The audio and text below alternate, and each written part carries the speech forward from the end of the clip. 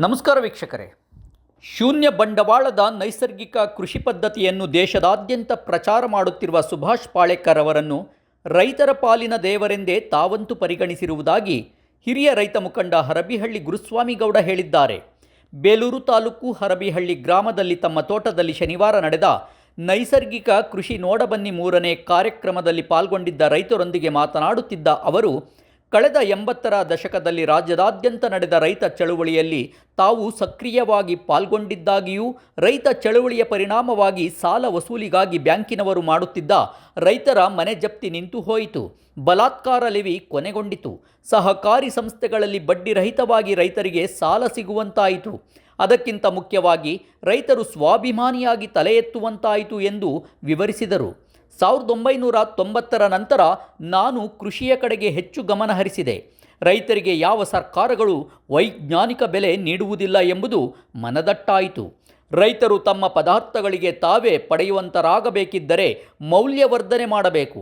ಹಾಗಾಗಿ ಬೆಳೆದ ಕಬ್ಬನ್ನು ಬೆಲ್ಲ ಮಾಡಿ ಮಾರಾಟ ಮಾಡತೊಡಗಿದೆ. ಈಗ ಅಡಿಕೆಯನ್ನು ಸುಲಿಯುವ ಯಂತ್ರವನ್ನು ಇಟ್ಟುಕೊಂಡಿದ್ದೇವೆ. ಬೇರೆ ರೈತರಿಂದ ಹಸಿ ಅಡಿಕೆ ತಂದು ಮೌಲ್ಯವರ್ಧನೆ ಮಾಡುತ್ತಿದ್ದೇವೆ ಎಂದು ವಿವರಿಸಿದರು. ರಾಸಾಯನಿಕಗಳನ್ನು ಬಳಸುವ ಕೃಷಿಯಿಂದ ಖರ್ಚು ಹೆಚ್ಚಾಗಿ ನಷ್ಟವೂ ಆಗುತ್ತಿದ್ದ ಕಾರಣ ಪರಿಹಾರದ ಹುಡುಕಾಟದಲ್ಲಿದ್ದಾಗ ಸಾವಯವ ಕೃಷಿ ಪದ್ಧತಿ ಕಡೆಗೆ ಗಮನ ಹರಿಸಿದೆ. ವಿಜಯ ಅಂಗಡಿಯವರು ನಡೆಸುತ್ತಿದ್ದ ಶಿಬಿರಗಳಲ್ಲಿ ಭಾಗವಹಿಸಿದೆ. ರಾಜ್ಯದಲ್ಲಿ ಹಲವು ರೈತರ ತೋಟ ನೋಡಿ ಬಂದೆ.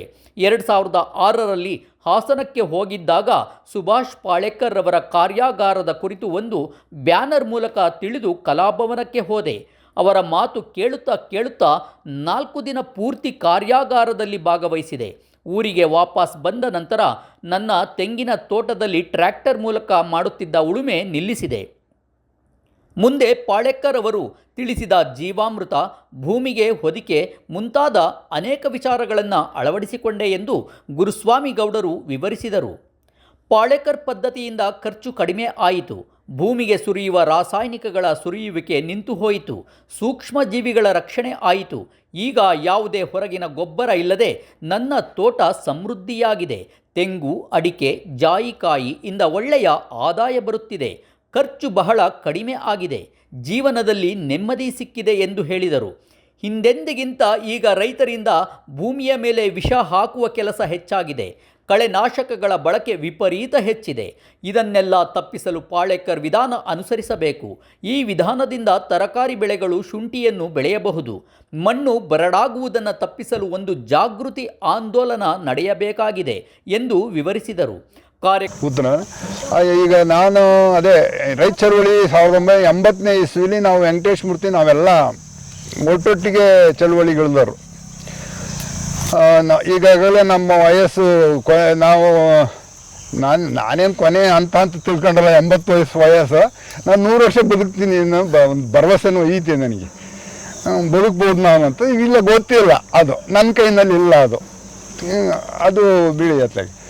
ಈಗ ನಾನು ಇದು ಪ್ರೇರಣೆ ಆಗಿದ್ದು ಅದೇ 2006ರಲ್ಲಿ ನಾನು ರೈತ ಚಳವಳಿಲಿ 80ರಿಂದ 2000 ತನಕ ನಾವು ತೀವ್ರವಾಗಿ ತೊಡಗಿಸ್ಕೊಂಡಿದ್ದೆ. ನಾನು ನಮ್ಮ ತಾಲೂಕಲ್ಲಿ ನಮ್ಮದು ಯಗಚಿ ನೀರಾವರಿ ಹೋರಾಟ ಕೊನೆ ಹಂತದ್ದು ನಮ್ಮದು ಹೋರಾಟ.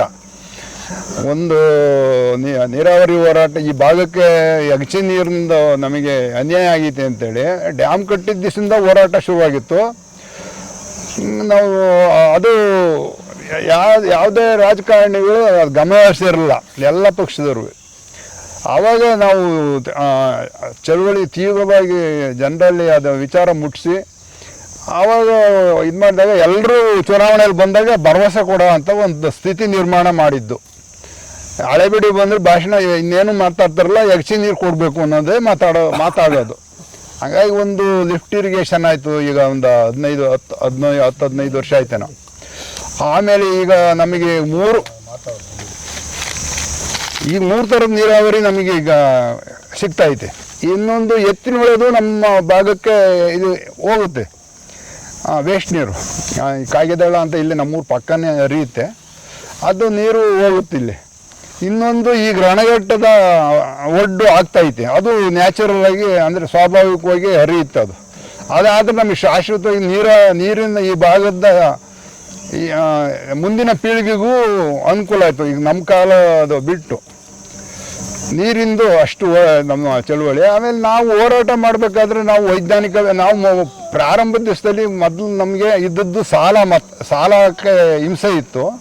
ಸಾಲ ಬ್ಯಾಂಕ್ನರ ಸೊಸೈಟಿಯರೆಲ್ಲ ಬಂದು ಮನೆ ಜಪ್ತಿ ಮಾಡಿ ರೈತರಿಗೆ ತೊಂದರೆ ಕೊಡ್ತಾರೆ ಅಂತ ಒಂದು ಕಾರಣ ಇತ್ತು. ಇನ್ನೊಂದು ಲೆವಿದೊಂದು ಗಲಾಟೆ ಇತ್ತು. ಭತ್ತ ಸಾಗಾಣಿಕೆ ಮಾಡೋಂಗಿರಲಿಲ್ಲ, ಮಿಲ್ಲಿ ತಗೊಂಡೋಗಿ ಭತ್ತ ಮಿಲ್ ಮಾಡ್ಸಂಗಿರಲಿಲ್ಲ. ಇದೆಲ್ಲ ಕಾರಣದಿಂದ ಇವೆಲ್ಲ ಒಂದು ಅವತ್ತಿನ ಕಾಲಕ್ಕೆ ಸಮಸ್ಯೆ ಇದ್ದದ್ದು ಒಂದು 3-4 ಸಮಸ್ಯೆ ಇಟ್ಕೊಂಡು ನಾವು ಹೋರಾಟ ಮಾಡಿದಾಗ ಜನನೂ ಸ್ಪಂದನೆ ಸಿಕ್ತು.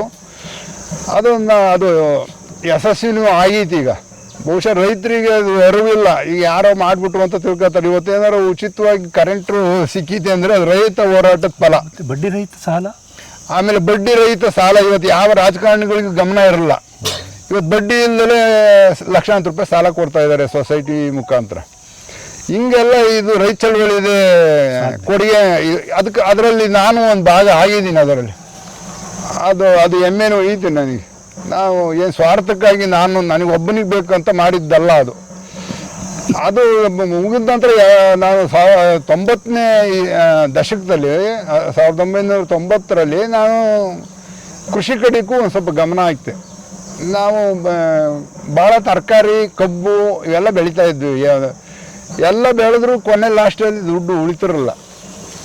ನೋಡಿದರೆ ಯಾತಕ್ಕೆ ಕೃಷಿ ಮಾಡ್ಬೇಕು ನಾವು ಇಷ್ಟೆಲ್ಲ ಬೆಳೆದು. ಈಗ ನಮ್ಮ ಇವರು ವಿಜ್ಞಾನಿಗಳು ಹೇಳ್ತಾರೆ, ರಂಗಸ್ವಾಮಿಯವರು, ಈಗ ದೇಶಕ್ಕೆಲ್ಲ ಅನ್ನ ಬೆಳಿಬೇಕು ಅಂತೇಳಿ ರೈತರು ನಾವು ಬೆಳೆಯೋಕೆ ಹೋಗಿ ನಾವು ಕಷ್ಟಕ್ಕೂ ಸಿಗಾಕೊಂಡು ಭೂಮಿನೂ ಹಾಳು ಮಾಡ್ಕೊಂಬಿಟ್ಟು ಇವತ್ತಿಗೂ ಈಗಂತೂ ಇನ್ನೂ ವಿಪರೀತ ಆಯ್ತು. ನಾವು ಅವತ್ತೆಲ್ಲ ಒಂದು 1990ನೇ ಇಸ್ವಿಲಿ ಇಷ್ಟೊಂದು ತೀವ್ರವಾಗಿ ರಾಸಾಯನಿಕ ಕಳೆನಾಶಕ ವಿಷ ಪೀಡಿತ ಇರಲಿಲ್ಲ. ಇವತ್ತು ಸಂಪೂರ್ಣ ವಿಷಮಯ ಆಗಿದೆ.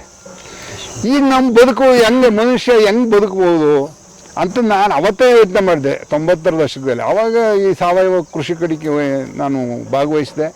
ವಿಜಯ ಅಂಗಡಿ ಅವ್ರ ಜೊತೆ ಎಲ್ಲ ಪರಿಸರ ಪ್ರಿಯ ಕೃಷಿಕರ ಸಂಘ ಅಂತ ಮಾಡ್ಕೊಂಡು ಜಿಲ್ಲೆಯಲ್ಲಿ ಅಲ್ಲಿ ಸಭೆ ಅಲ್ಲೆಲ್ಲ ಹೋಗುವೆ. ನಾವು ರಾಜ್ಯಾದ್ಯಂತ ಪ್ರವಾಸನೂ ಮಾಡಿದ್ವು.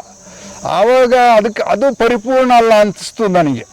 2006ರಲ್ಲಿ ಪಾಳೇಕರ್ ಬಂದ ನಂತರ ನಾನು ನೋಡೋಣ ಅಂತ ಹೋದ. ನನ್ನನ್ನು ಯಾರೂ ಕರೆದಿರಲಿಲ್ಲ, ಬನ್ನಿ ಈ ಕಾರ್ಯಾಗಾರಕ್ಕೆ ಬನ್ನಿ ಅಂತ ನನ್ನನ್ನು ಯಾರೂ ಕರೆದಿರಲಿಲ್ಲ. ನೋಡೋಣ ಅಲ್ಲೆಲ್ಲ ಒಂದು ಬ್ಯಾನರ್ ನೋಡಿದೆ, ನೋಡ್ಕೆ ಬರೋಣ ಅಂತ ಹೋದನು. ಅಲ್ಲಿ ಕೂತ್ಕೊಂಡು ಅಲ್ಲಿ ಅವ್ರದ್ದು ಪಾಠ ಕೇಳ್ತವ ಒಂದು 70 ಕೇಳ್ತಾನೆ. ನನಗೆ ಆಗಲೆಲ್ಲ ಕೂತೇ ಬಿಟ್ಟೆ. ಆಮೇಲೆ 5 ದಿವಸಲೂ ನನಗೆ ಮನಸ್ಸು ತಡಲಿಲ್ಲ.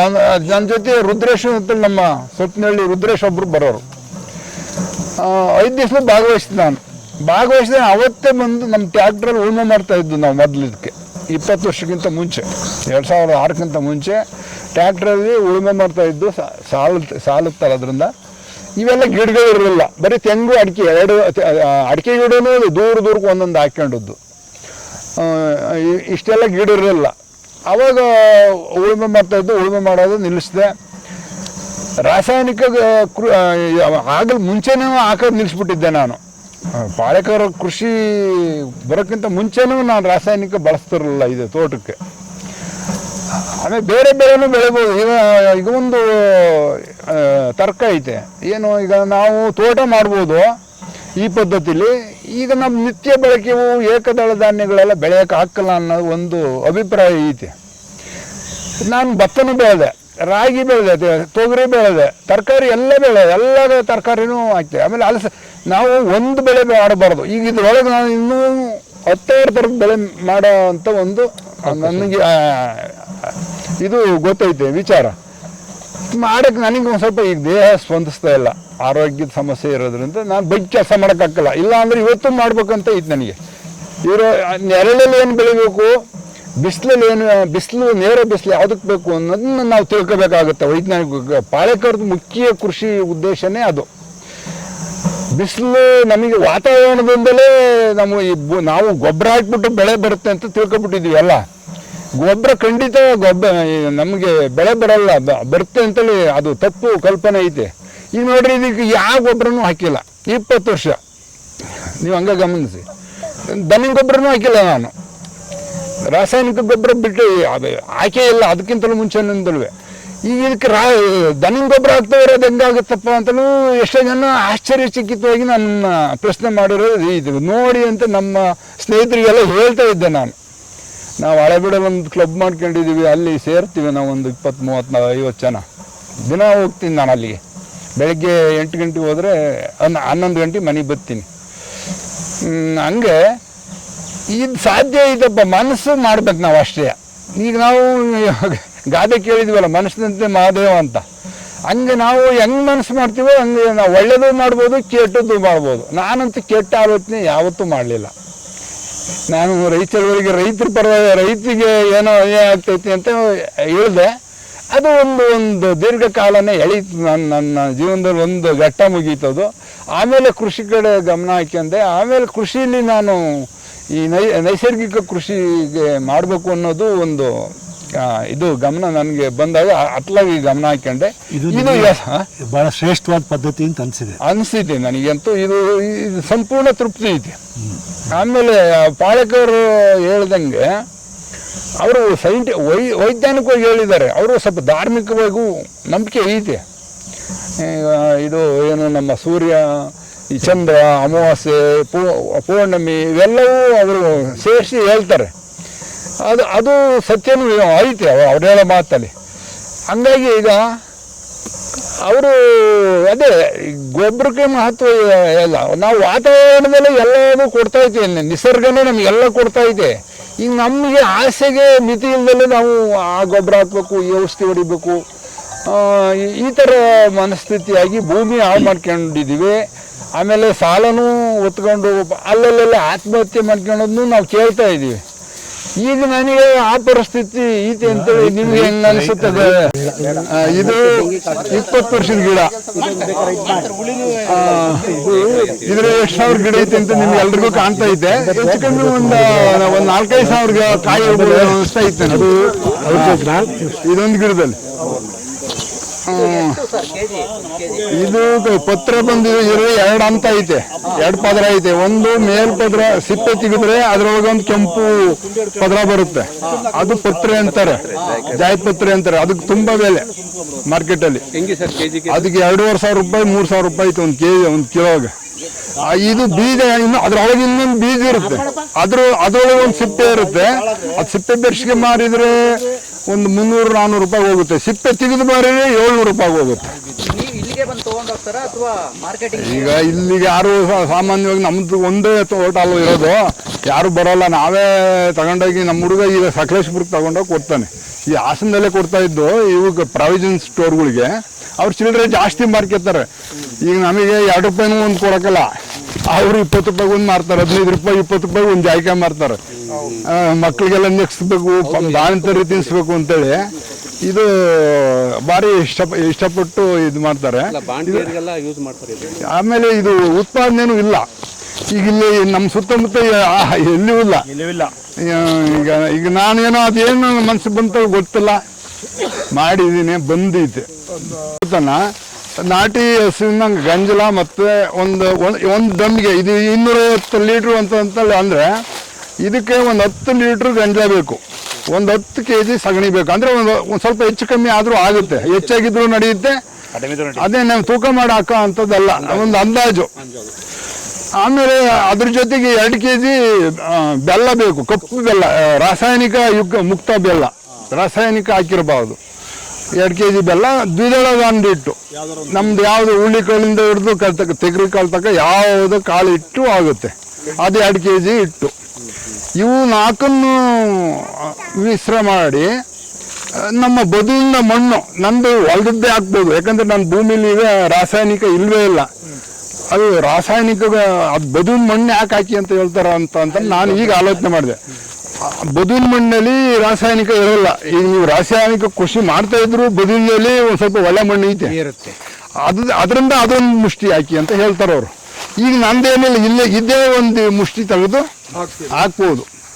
ಹಂಗೆ ಅದನ್ನು ತಯಾರು ಮಾಡಿ 1 ವಾರ ಅದನ್ನು ಕಲಿಸ್ಬೇಕು, ದಿನ 3 ಸರಿ ಹಿಂಗೆ ಈ ಆಕಾರದಲ್ಲೇ ಕಲಿಸ್ಬೇಕು ಅಂತ ಹೇಳ್ತಾರೆ ಅವರು. ಮಣ್ಣನ್ನ ಯಾಕೆ ಹಾಕ್ಬೇಕು, ಅದ್ರಲ್ಲಿ ಏನೇನು ಅಂಶ ಇರುತ್ತೆ? ಅದು ಜೀವಾಣುಗಳಿವೆ ಅಂತಲೇ ಹೇಳೋದು. ಉಪಯುಕ್ತವಾದ ಜೀವಾಣುಗಳು ಇರ್ತವೆ. ಅವು ಇದಕ್ಕೆ ಹಾಕಿದಾಗ ಅಲ್ಲೇ ಮಲ್ಟಿಪ್ಲೈ ಅದು ಜಾಸ್ತಿ ವೃದ್ಧಿ ಆಗುತ್ತೆ. ಆಗ್ತವೆ. ಅವು ನಮ್ಮ ಕಣ್ಣಿಗೆ ಕಾಣಲ್ಲ, ಕೋಟಿ ಜೀವಾಣುಗಳು ಅವು ಇದು ಇದರಲ್ಲಿ ನೋಡ್ಬೇಕು ಅಂತ ಹೇಳ್ತಾರೆ, ನಮ್ಮ ಕಣ್ಣಿಗೆ ಕಾಣಲ್ಲ ಅವು. ಈ ನನ್ನ ಭೂಮಿಲೂ ಅಷ್ಟೇ, ಈಗ ಈ ಕೋಟಿ ಗಟ್ಟಲೆ ಜೀವಾಣುಗಳು ವೃದ್ಧಿ, ಅವು ಜೀವಂತವಾಗಿದ್ದಾವೆ. ನಾವು ರಾಸಾಯನಿಕ ಕೃಷಿ ಮತ್ತೆ ಉಳುಮೆ ಮಾಡತ್ತವ ಅವು ಸ್ಥಗಿತ ಆಗ್ಬಿಟ್ಟಿರ್ತವೆ, ನಾಶ ಆಗದೆ ಇದ್ರು ಅವು ನಿದ್ದೆ ಎತ್ತು ಮಲಗಿಬಿಟ್ಟಿರ್ತವೆ. ಇನ್ನು ನನ್ನ ತೋಟದ ಹಂಗಲ್ಲ, ಚಟುವಟಿಕೆಯಲ್ಲಿದ್ದಾವೆ, ಸದಾ ಕೆಲಸ ಮಾಡ್ತಾವೆ. ಆಹಾರ ಸಿಗುತ್ತಿಲ್ಲ, ಇಲ್ಲಿ ಆಹಾರ ಇರೋದ್ರಿಂದ ಅವು ಸದಾ ಚಟುವಟಿಕೆಯಲ್ಲಿರ್ತವೆ.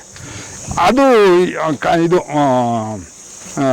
ಪದ್ಧತಿ ಜೀವಾಮೃತ. ಆಮೇಲೆ ಒಂದು ವಾರ ಆದಮೇಲೆ 3 ಹೊತ್ತು ಆಮೇಲೆ ನಾವು ಸಂಜೆ ಹೊತ್ತು ಹಾಕಬೇಕು ಅಂತಲೇ ಅವರು ಹೇಳಿದ್ದು. ನಾನು ಅದೇ ಪಾಲನೆ ಮಾಡಿದ್ದೆ, ನಾನು ಕೈಲೇ ಹಾಕ್ತಾ ಇದ್ದೆ. ಈಗೆಲ್ಲ ತಾಂತ್ರಿಕವಾಗಿ ಇದಕ್ಕೆಲ್ಲ ಇದು ಮಾಡ್ಕೊಂಡಾರೆ ವೆಂಕಟೇಶ್ ಮೂರ್ತಿಯವ್ರೆ. ಆಮೇಲೆ ನಾನೇ ಬಗ್ದಾಕಿದ್ದೆ. ಗಿಡಕ್ಕೆಲ್ಲ ಒಂದು 4-5 ರೂಪಾಯಿನ ಕೊಟ್ಟಿದ್ದೆ. ಗುಂಡಿಗೆ ಒಂದು 5 ರೂಪಾಯಿ. ಅದು ಬಿಟ್ಟು ಇನ್ನೇನಾದ್ರು ಖರ್ಚು ಮಾಡಿದ್ರಾ? ಇಲ್ಲ, ಇನ್ನೇನು ಇಲ್ಲ. ಎಷ್ಟು ಬೆಲೆ? ಅರಡಿ ಎಷ್ಟು ಬೆಲೆ ಆಗ್ಬೋದು ಇದು? ಅರಡಿ ಇಲ್ವಾ? ಯಾಕೆ ಅಂತ ಅರಡಿ ಮೇಲೆ ಇರ್ಲಿ, ಪರವಾಗಿಲ್ಲ. ಇದಕ್ಕೆ ಎಷ್ಟು ಬೆಲೆ ಬರ್ಬೋದು? ನೀವೇ ಬೆಲೆ ಕಟ್ಟಿ. ಅವ್ರು ಖರ್ಚು ಮಾಡಿದ್ದೆಷ್ಟು? 4 ರೂಪಾಯಿ ಅಂತ ಹೇಳಿ. ಎಷ್ಟು ವರ್ಷ? ಅದೇ 2006ರಲ್ಲಿ ನಾನು 30-40 ವರ್ಷ ಇಲ್ಲ, 20 ವರ್ಷ ಆಗಿರೋದು. 10 ರೂಪಾಯಿ 1 ಲಕ್ಷ ರೂಪಾಯಿ ಇಲ್ಲ ಆಗುತ್ತೆ. ಯಾವ ಕಡೆ ಆಗುತ್ತೆ? ಯಾವ ಬಿಸ್ನೆಸ್? 20 ವರ್ಷಕ್ಕೆ 10 ರೂಪಾಯಿ ಖರ್ಚು, 1 ಲಕ್ಷ ರೂಪಾಯಿ ಯಾವ್ದು ಇಲ್ಲ ಆಗುತ್ತೆ.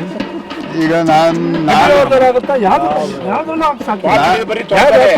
ಸುತ್ತ ಸೈಡ್ಗೆಲ್ಲ ಒಂದು 50 ಗಿಡ ಹಾಕಿದ್ದೆ ಈಗ ಅವತ್ತು 2006ರಲ್ಲಿ. 40 ಲಕ್ಷ ಏನು ಖರ್ಚು ಮಾಡಿದ್ರು? ಕಾರ್ಯಕ್ರಮದಲ್ಲಿ ಪಾಲ್ಗೊಂಡಿದ್ದ ರೈತರು ಸೇರಿ ಬೇಲೂರು ತಾಲೂಕು ನೈಸರ್ಗಿಕ ಕೃಷಿ ಬಳಗಕ್ಕೆ ಗುರುಸ್ವಾಮಿ ಗೌಡ, ಜೋಗಿಹಳ್ಳಿಯ ವೀರತ್ತಪ್ಪ, ರುದ್ರೇಶ್ ಸೊಪ್ಪಿನಹಳ್ಳಿ, ಕುಮಾರಸ್ವಾಮಿ ಸೊಪ್ಪಿನಹಳ್ಳಿ, ಶೇಷಪ್ಪ ದ್ಯಾವಪ್ಪನಹಳ್ಳಿ ಅವರನ್ನು ಸಂಚಾಲಕರನ್ನಾಗಿ ಆರಿಸಲಾಯಿತು. ವಿಶ್ವಪಥ ಬಳಗದ ಪರವಾಗಿ ಅದರ ಮುಖ್ಯಸ್ಥರಾದ RP ವೆಂಕಟೇಶ್ ಮೂರ್ತಿ, ಬಾಲರಾಜು H ಹಾಗೂ ನಿವೃತ್ತ ಪ್ರಾಧ್ಯಾಪಕರಾದ SD ರಂಗಸ್ವಾಮಿ ಭಾಗವಹಿಸಿದ್ದರು. ನೈಸರ್ಗಿಕ ಕೃಷಿ ನೋಡಬನ್ನಿ ಮುಂದಿನ ಕಾರ್ಯಕ್ರಮವನ್ನು ಮೇ 9ರ 2ನೇ ಶನಿವಾರ ಸೊಪ್ಪಿನಹಳ್ಳಿಯ ರುದ್ರೇಶ್ ಅವರ ತೋಟದಲ್ಲಿ ನಡೆಸಲು ತೀರ್ಮಾನಿಸಲಾಯಿತು. ವಿಶ್ವಪಥ ಟಿವಿಯಿಂದ ನಿಮ್ಮ ಪ್ರೀತಿಯ ಬಾಲರಾಜ್.